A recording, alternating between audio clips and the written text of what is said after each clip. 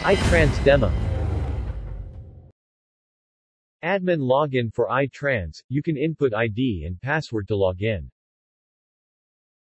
Admin can add new staff details by input full name, staff ID, department, designation, reporting to and date joined. Click Submit and it will be updated on Employee section. Admin can set competency for specific job title. Can easily add or edit competency and input value for each competency accordingly. Click Submit and you can manage and check back the updated competency for each job title.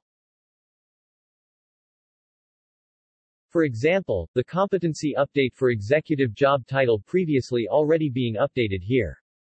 User login for iTrans. You can input ID and password given to log in.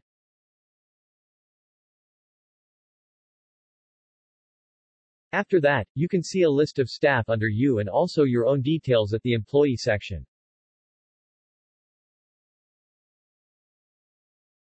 For Competency Gap Analysis section, you can fill out the CGA form for yourself and staff under you, if any. You have to set the current competency level for each competency and submit. For admin site, you can see an action list status of staffs who completed or not their competency gap analysis form and general information at the dashboard section. At the Employee and Individual Development Plan section, we can view competency and training assigned to individual. At Training section, can add new training by input training name, objective and duration.